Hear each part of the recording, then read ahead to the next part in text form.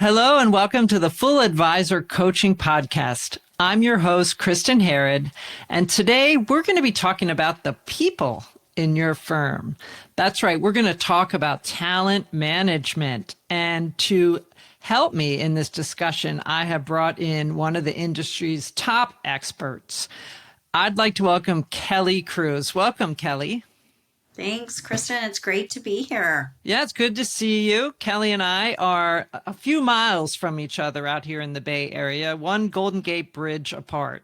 So we are nearby. Kelli, for those of you who aren't familiar with her or haven't met her yet, she is the founder of Cruz Consulting Group, and she brings more than 30 years of experience to this conversation today. She's worked very closely with advisory firm owners, where she helps the leadership build talent wealth to help them realize their true potential. She's a consultant who engages in human capital, organizational design, compensation planning, performance management, and succession planning. And today we're really going to take a look at how RIA leaders and advisors, when they're looking at their firm and their team and their talent, how they can manage it all to get the best results for them, for their own personal fulfillment, for the firm's success and sustainability, and for that next generation coming up through the ranks. So it's a tall order. We have a lot to cover today, but I'm super happy that you're here to share it with me. Yeah, I'm super excited as well. Yeah, it's a lot to cover. Yes. So, let's start out first just by, kind of letting everyone know at a high level what you do when you're helping an RIA or you're helping a firm and you're coming in to work with them as I think you call yourself a fractional chief talent officer, or at least a consultant in that arena. Yep, exactly. So I would say the number one pain point that advisors feel that would, create the need to contact myself is really usually around compensation. And that's because it is the number one expense when you look at the P&L of a firm. Mm-hmm. And I would say the 99.9% of the time, it's a concern about, am I paying competitively enough? I don't get calls about, hey, I want to lower the comp of my team. As a matter of fact, I wouldn't, work with someone like that. And the reason why I choose to work with the independent financial advisor space is that there's truly this connective tissue between the talent on the team and what they do for their end client. So that want and desire to make sure that they're paying competitively and that there's true alignment in the roles, responsibilities, career path, right, with how comp can look over time and what that can look like as the firm grows, as people on the team grow in their roles, and really having that be a tighter, more transparent process and package for folks on the team. So it's usually, hey, I want to make sure I'm paying competitively, or I've got this new role on the firm or in the firm, a new position I'm looking at. How do we price that? How do we comp it? That pretty quickly becomes a conversation about, well, what's the role? What are the roles on the team? We're not going to just benchmark and comp roles in isolation. Right. So it really does become a very robust approach to the talent on the team and how you comp. Right. I mean, I will say I am hearing 100% the same thing when it comes to talent, which is, are we paying the right amount to our team to incentivize them, to make them feel that this is a place for them to grow and, stay and grow and learn and develop into the next roles. And that's usually when I pick up the phone and call you, Kelli, to say, let's see. Hey there, it's Kristin. Quick break. If you're enjoying the show and you want more, head on over to fulladvisorcoaching.com/resources. You can download the toolkits that I have there and join the free insider community. You'll be the first to hear about new trainings, fresh podcast episodes, and I share with you real-world strategies that I see working for advisors right now. That's fulladvisorcoaching.com/resources. Go sign up.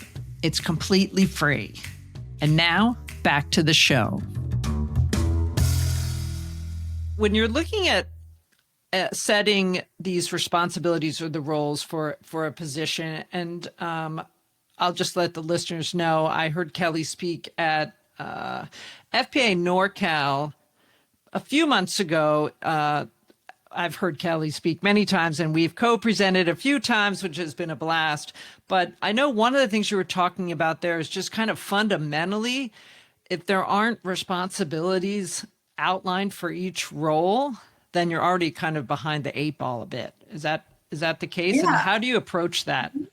For sure. And the session at NorCal FBA was really around feedback and using different forms or methods of feedback to do just that, to communicate what is the role, what are your responsibilities, how do you fit in with the rest of the team, and making sure that folks have an understanding when they come in the door, when they're first hired, to your long standing employees who have been with you 10 years. What does it look like along the way, and where are you going, and how are you going to get there, right?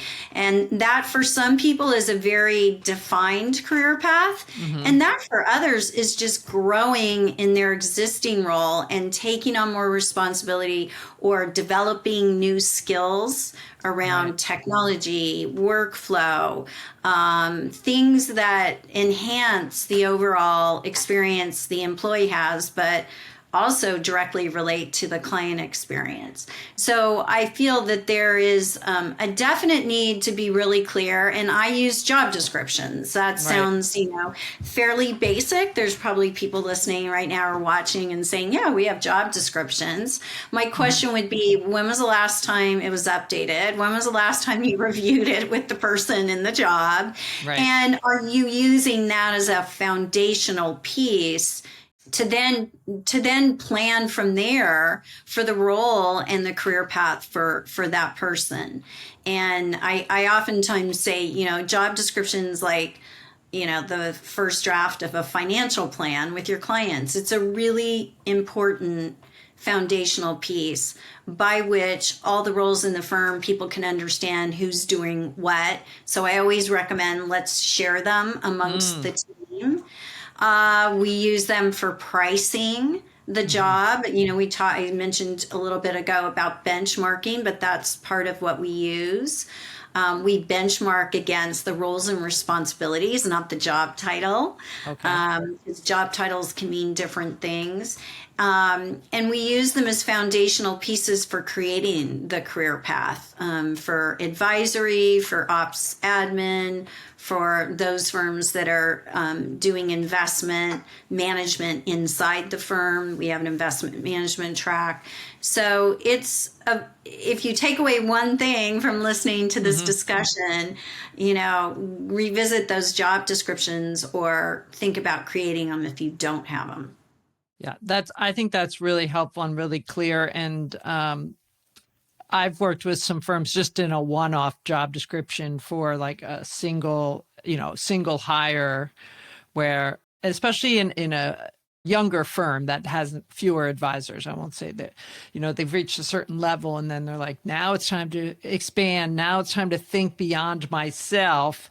And so that's when you're like, okay, I mean, that's not my area of expertise, but I definitely see why it's important, especially for even the team or the CEO and the team leadership, to know and understand and be very specific and intentional about what each role on the team does and what their responsibility is. I think that's really important. And then I can see, and I have seen through the work when we've collaborated, just how that can tie directly to comp, to incentive structure, to looking at, when does an advisor get to move to the next level, or when does an advisor get to manage other people? Or I know you cover across the staff. You mentioned ops and investment and all of that. But if we're looking just at the advisor track and looking at, hey, how do you move a servicing advisor to a lead advisor? What is that? How does that person know when they're able to step up? And Yeah. I love your approach to how you set the incentive, the comp, and then the bonus or incentive structure, and kind of the way you set a baseline and then measure above that. So I'd love to get into that discussion just a little bit here today for everyone. Yeah, for sure, for sure. So you just said some really important things, and to follow up. So the easiest way to think about it is that there are 4 levels of the advisory path, if you will, and you could certainly have more than 4. But when I think about corresponding that to what we know from a comp perspective for the industry, there's basically 4 roles. There's the managing partner at the top, which is typically an advisor who is also an equity owner of the firm, has responsibility with other partners to provide leadership and management, and is one of the, if not the most experienced and knowledgeable advisor in the firm, and spends time on maybe still servicing clients at a fairly high level with a team of the most complex and important clients in the firm, and also business developing. And so from there, we have the next level, which is what I like to call a lead advisor or a senior client relationship manager. And that role is an individual contributor role that has responsibility, again, for your most complex clients and servicing them, again, in a team approach, but also business developing, which I know is your area of expertise, which is how you and I cross paths sometimes, right? Right, absolutely. We do very complementary things. And so when you talk about designing an incentive plan, for advisors that are tasked with helping to grow the firm, meaning specifically finding prospects and closing new business, we can align some of the things. For example, Kristin, you provide in your business development training and coaching that are more activity based, Right. that eventually lead to that result of landing a new prospect and onboarding. Right. And when we understand what those activities and tactics and approaches are, and we personalize them by the advisor and their style, which I know is the work you do and what they're comfortable with, we can have a great deal of success in the fact that somebody can more personalize their approach to business development that's based on their strengths and what they do really well, and how they might go about looking for prospects and eventually generating a prospect that becomes a new client might be very different from another advisor sitting in the office next to them, right? 100%. Yeah. Right. Yeah. And that approach versus frankly, what I think the industry has tried and hasn't worked well, which is the more cookie cutter approach. Like, do exactly what the rainmaker and, founder owner of the firm did to rainmake. Well, we don't really call it rainmaking anymore. So there's one thing. Right, Yeah, that's exactly. changed. I know. But that it's utilizing social media, utilizing the different media and content development ways to get your thought leadership and get in front of potential prospects. It's very different today than maybe the founding generation of the firm has done it.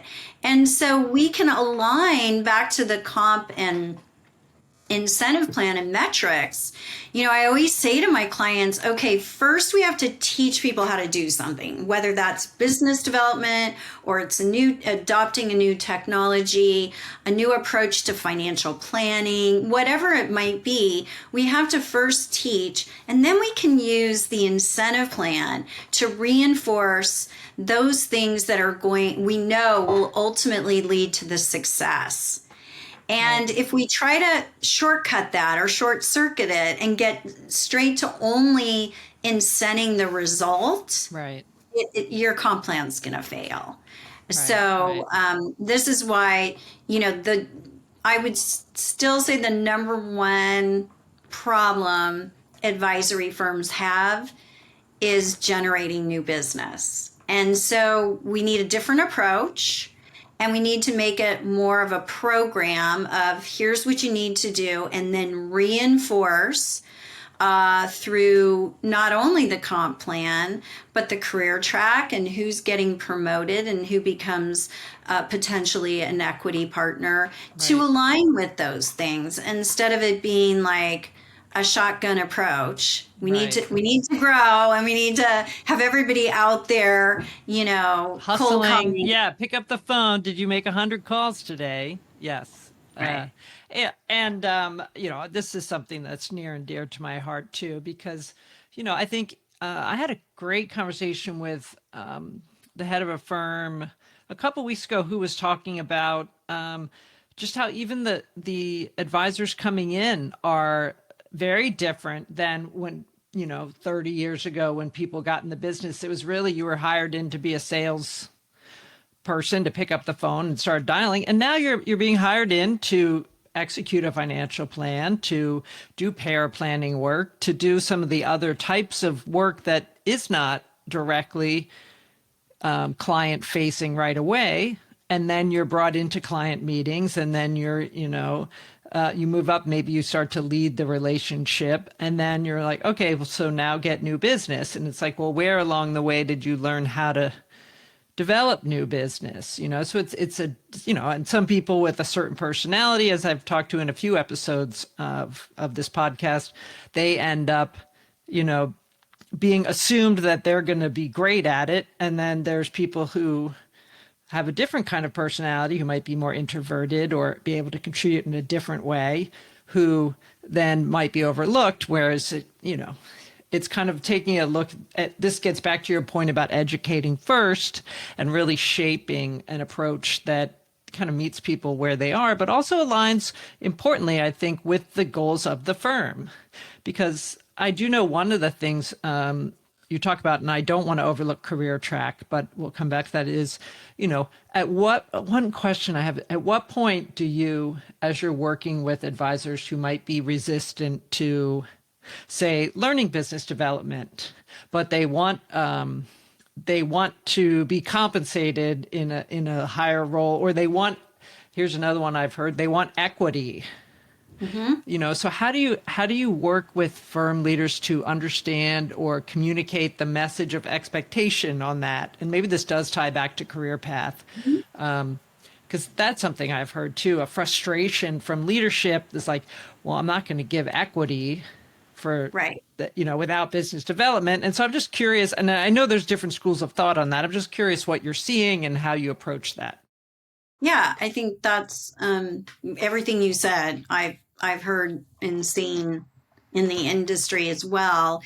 And I do think as it pertains to equity, real equity partnership, one of the things that is important is to think about, if you're going to expand or add a partner, are you just divvying up the pie into smaller pieces, or is this new potential equity partner creating a bigger pie, right? Mm-hmm. And the way that we've traditionally looked at it in the industry has been revenue generation or bringing on board new clients. And, that's your ticket to equity partnership. Mm-hmm. And it is one important factor for sure. And if we're talking about the advisory track, that ability to not only source and bring on board new clients, but to retain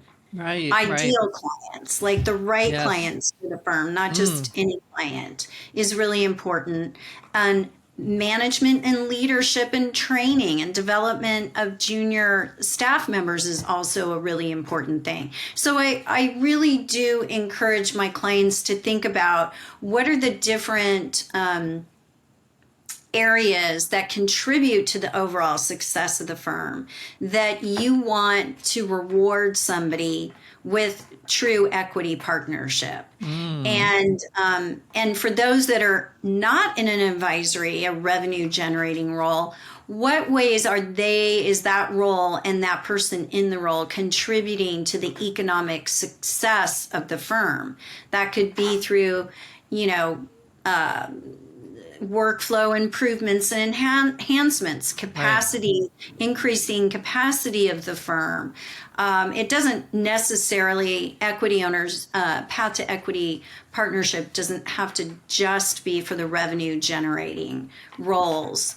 Right. It could be, a chief talent officer, a chief operating I was officer. just say I've Those, seen it for operations for sure when they got a really strong COO in place, and that person's pretty much making sure the service is delivered in a way exactly. that works for the whole firm and makes sure the whole team stays on board. It's like, okay, this is a critical role in the success of our firm. Yes, technically an expense line, but when you look at how the service is delivered and who's delivering the service and who's making sure the technology is working and who's making sure we have everything we need to deliver, that can be an extremely important area. And that's newer. I'll say I've just been hearing about that more in the last few years than I had previously. Yeah, I think there's a realization with the larger firms, those that are listening are probably head nodding, where it takes more than just business developers Mm-hmm. to run and grow a really successful firm. It takes all those people, but maybe behind the Oh, scenes, that 100%. are freeing up the time of those client facing and business developing advisors. So that is important. And to go back to something you had said before, and I'm going to put a little bit of a different spin on it, around career track and why that's important. I'm going to wind it back a few steps when you're thinking about the talent you're bringing on board. And I oftentimes say this, the most important decision partners have in running their firm is the recruiting and the finding of talent. And you Uh, should always be on the lookout for it, even if you don't have an empty box on your org chart mm, today. Aspirationally, you may, and it's going to take you probably at least 6 months to find a really good fit, experienced, knowledgeable person to bring into your firm. So you should be always looking. right. But you should be able to talk about what does a career path look like in your firm. And if you can't, and you bring some talent on board, it's going to be a very short time period in which that talented person is going to want to know what that is. Right. So it is really important to have that figured out to a certain extent, or you're not going to be in a position to recruit for the best talent out there. And more times than not, when I hear about a relatively experienced advisor, because it could be someone in that associate level but Mm-hmm. has been there for a few years, they're leaving for those firms that offer those opportunities. Right. Right. Some folks might be saying, hey, I'm a small firm. I'm too small to have a career track. You're never too small to have a career track. You may not have all the boxes yet on the Right. org Right. chart, but when I work with smaller firms, the way we talk about it to their team is that, growth is the engine for a career path. And so all the boxes may not be on the org chart yet that you Right. might even aspire to get to, but as the firm continues to grow, there's going to be more boxes. And that's where we have more specialization in roles, and Right. you can start to have more leveling within those advisory levels, for example. So the idea that, hey, I'm too small to have a career track, you may not have all the levels filled in, but there's certainly the idea of how someone can grow and Mm-hmm. what that specifically looks like. Training targets, designations, Right. different licensing, complexity of clients that you can master, and financial planning cases, and specific knowledge about different financial planning tactics is really important. But it's something that you're never too small, and it's never too soon to think about the career path.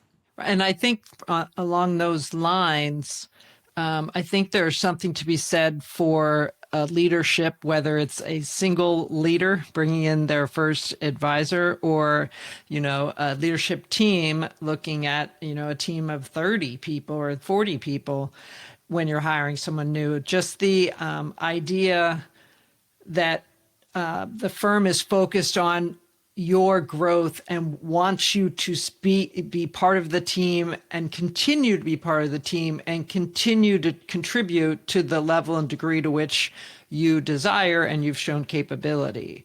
So I think that just even if you're having early career path conversations, even if you may not know exactly what that path is yet for someone, but you're shaping it and you're working on it and you can begin to articulate it, I think it shows that person that you're recruiting in from the beginning that you are wanted to become a team member, part of the culture, not just a transactional, hey, we need a body in this spot right now, we'll just put you in, that's fine, and work in this back room somewhere. Right. Exactly. Yeah. Yeah.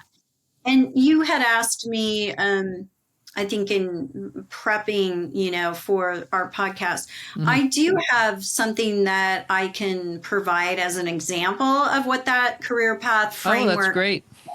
So I'm happy to provide that, because my philosophy is, if you can do it on your own, any of the work that you and I do it. Mhm. We want to Right, see you right, yeah. successful. And if you need our help, we're here to help you if that Right. could be valuable to you. But I do feel like having a framework Mhm. to then, like you said, you can fill it out what applies today, and you can add to it as your firm continues to grow.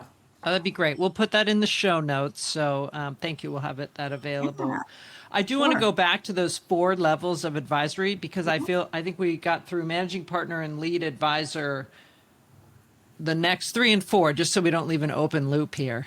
Sure, thank you. So Yep. service and retention would be the next, Hmm. or a client relationship manager, service advisor, and and we could talk about this for another half hour, but that's probably the most common advisory role that we Hmm. see in a firm. And that's where the role's super important. And it's either sitting in first or second chair Mm. and providing excellent, awesome experience. Right. And through that, you may find that you get client referrals, Mm. but the role is not really one in which you are responsible for business developing. Right. Now, that role is one that I think in a lot of firms came about as the result of, a very successful business developer, founder owners, could be plural, and they Hmm. just said, "Hey, I got to hire an advisor to help me, and because I don't have any capacity anymore." Right. Right. And I got this lead flow coming in, and there was never any expectation that that role should business develop. Right. We find them in larger firms, right, where they can sustain having multiple levels of advisors. But I would say it's probably the most common role, where we Hmm. probably have the highest number of incumbents in that role across the industry.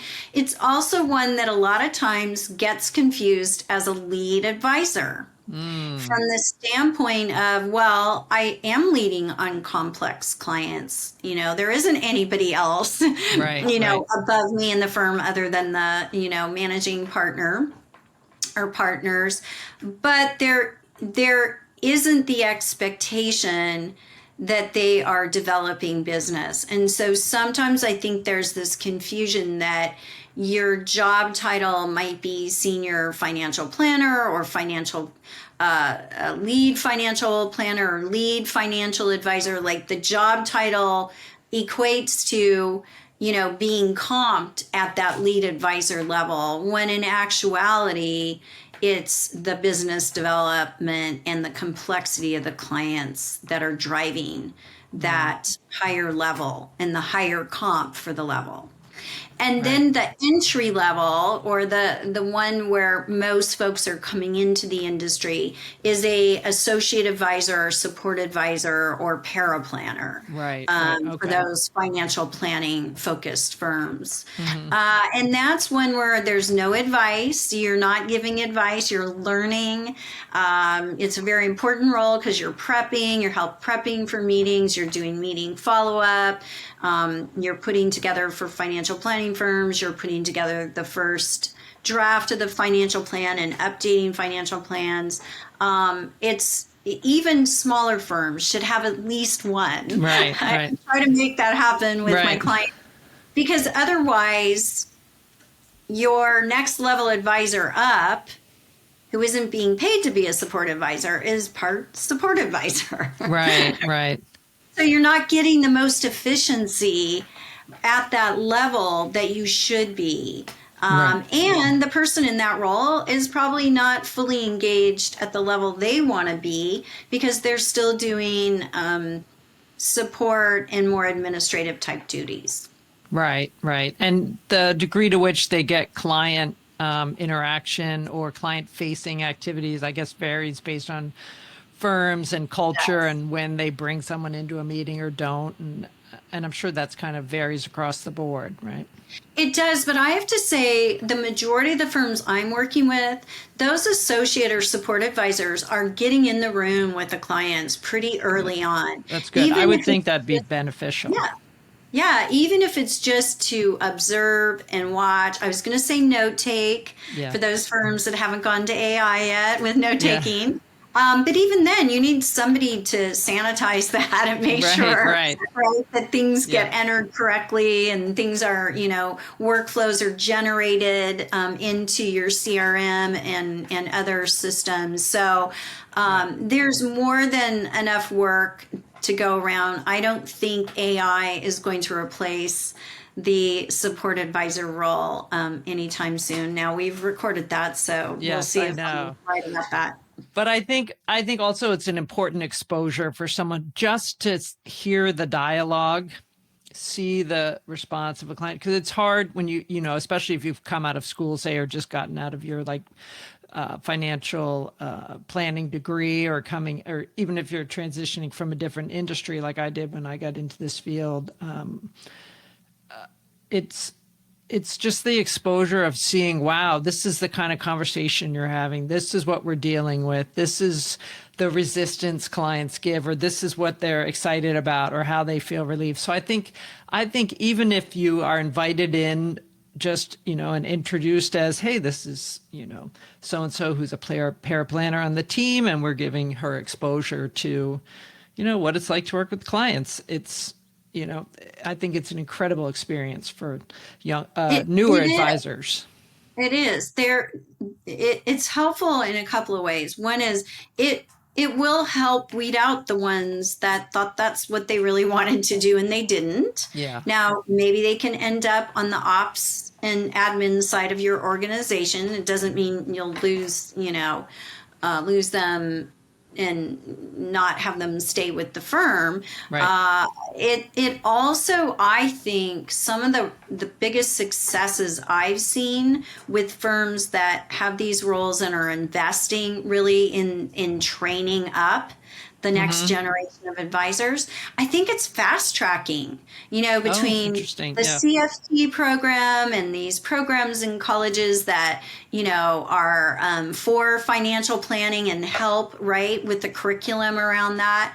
But I think it's a faster track because if you come in with academically at least some understanding, right, out of college and the technology, and then you get in the room with the advisors early on, it's probably not going to take you 7 years to become an advisor, right? We are probably seeing now a much faster track to being actually in a client advising role than, say, we were even 5 years ago.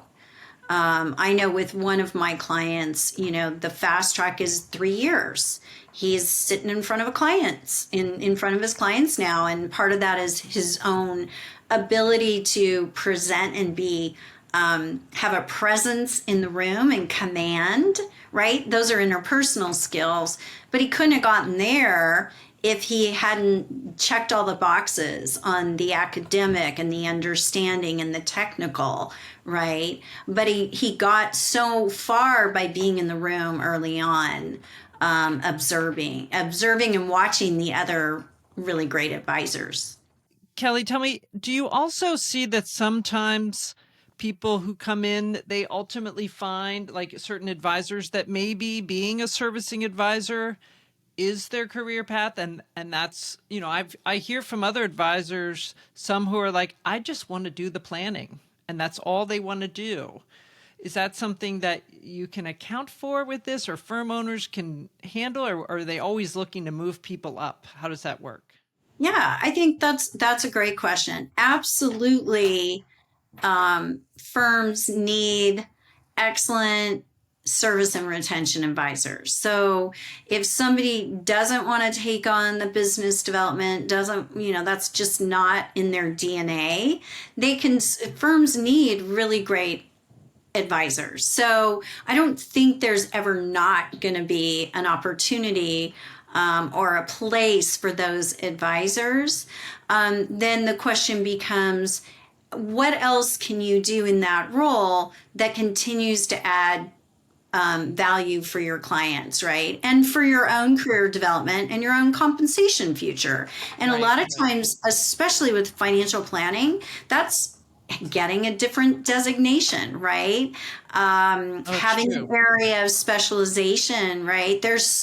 Gosh, there is so much you have to know about so many different topics. Just taxes. Look at with the new bill we have now. Right, right. It's that takes time and effort to go down all those little rabbit holes and understand how does that impact my clients. So just the tax perspective alone could be a subject matter expertise. So I think Mm, there's ways in which you can stay in your existing advisory role and still add a lot of value if business development isn't really what gets you excited and it's right, not what you right, want to do. right. Yeah, and I just wanted to bring that up because I have heard that, so I know it does come up. But you and I could talk about iterations and questions and what if all day, but I know our listeners have to get back to work, and so do we. But always a pleasure to see you. If the listeners are hearing you, Kelli, and thinking, "Wow, we could really use some guidance on this," how's it best for them to reach out to you? Sure. Email is great. Kelly with an I at Cruz Consulting Group.com. Okay, And I know great. you'll have my contact information, but yeah, just reach out. I'm also on LinkedIn if you want to ping me there, but would be happy to just noodle some of these ideas around a little bit more and see how we might be able to help. Okay, great. And we'll have your resource available for everyone in the show notes along with your email. And for anyone who's looking to get in touch with me, you can always go over to fulladvisorcoaching.com and hit that button in the upper right corner that says request a call. and we can have a conversation, especially if some of these ideas around how you want to help advisors with business development. I mean, some of the work Kelli and I do together in teaming up or having conversations about similar or the same clients is, okay, how do we have compensation in place, we have structures in place. Now, what are the activities that we can measure against through business development for particular roles? So there's synergies, there's things that happen a lot together here. So we're both available. And Kelli, just really happy to have you here. Thank you so much for joining me. Thank you. It was awesome. Absolutely. And everyone else, until next time, thank you for joining me. Thank you for tuning in to Full Advisor Coaching, the podcast. If you enjoyed today's episode, please hit the follow button so you'll never miss an episode. To learn more about how you can become a part of the Full Advisor community, visit fulladvisorcoaching.com. Remember, stay connected and get notified as soon as brand new episodes release. Click the follow button now. The content has been made available for informational and educational purposes only. The information covered and posted represents the views and opinions of the guest and does not necessarily represent the views or opinions of Kristin or Full Advisor Coaching.